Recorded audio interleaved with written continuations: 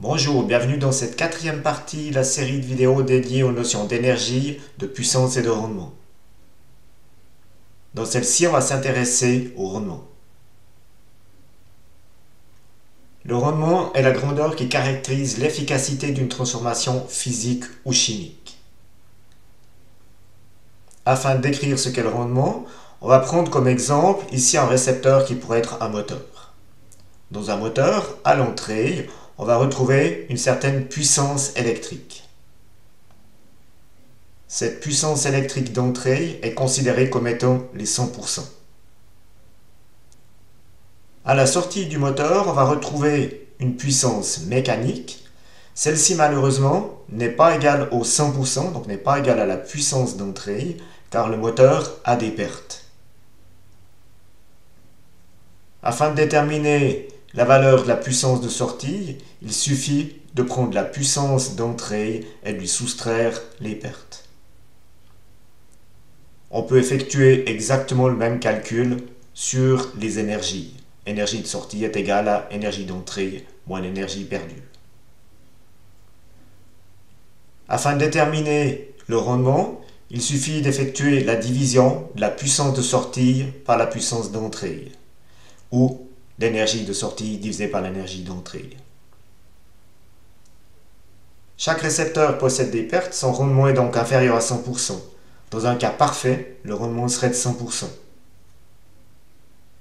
La grandeur utilisée pour le rendement est la lettre grecque eta minuscule. Le rendement n'a pas d'unité, vu qu'il s'agit de watts divisé par des watts ou de joules divisé par des joules. Par contre, on va souvent utiliser le pourcent. On va maintenant effectuer l'analyse d'un rendement d'un moteur selon sa plaque signalétique.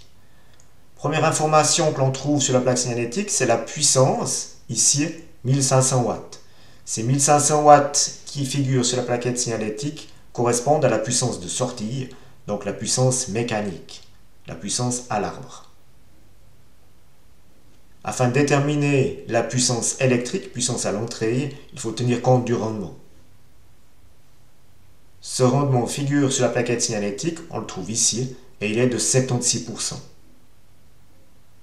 On va donc retrouver dans notre schéma d'analyse à la sortie les 76%, qui correspondent aux 1500 watts. À l'entrée, la puissance électrique va correspondre aux 100%, et on aura 24% de perte. Afin de calculer la puissance électrique, la puissance à l'entrée, on va transformer cette formule ici afin d'extraire la puissance d'entrée. Et dans le cas analysé, ça va nous donner puissance électrique est égale à puissance du moteur divisé par le rendement du moteur.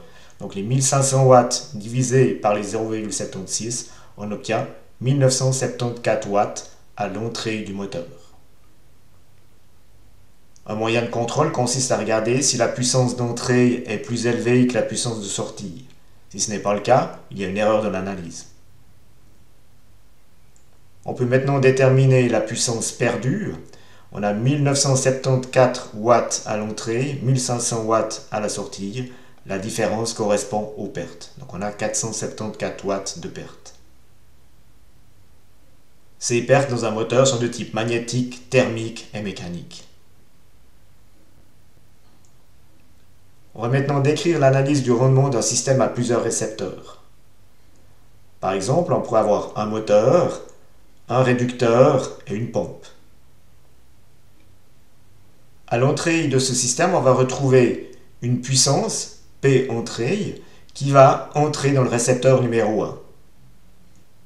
À sa sortie, on va retrouver une puissance qui sera plus faible, vu que le récepteur numéro 1 a un rendement, donc des pertes.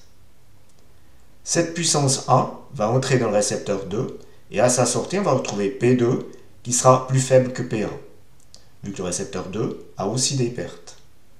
Et finalement, la puissance 2 va entrer dans le troisième récepteur, et on va retrouver une puissance de sortie du système qui sera plus petite que P2. On voit qu'entre chaque entrée et sortie des différents récepteurs, on a des pertes. Donc, la puissance va décroître ici depuis l'entrée jusqu'à la sortie du système complet. Donc la puissance de sortie d'un récepteur ou d'un bloc de récepteurs est toujours plus faible que celle de son entrée. Afin de calculer le rendement total d'un bloc de récepteur, il faut effectuer la division de la puissance de sortie du bloc de récepteur par la puissance d'entrée du bloc de récepteur.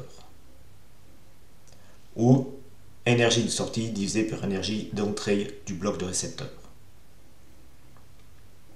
On peut aussi calculer le rendement total en multipliant les différents rendements. Rendement 1 fois rendement 2 fois rendement 3. Ceci met un terme à cette vidéo. Dans la vidéo suivante, on va effectuer l'analyse et les calculs d'un système comportant un moteur et une pompe.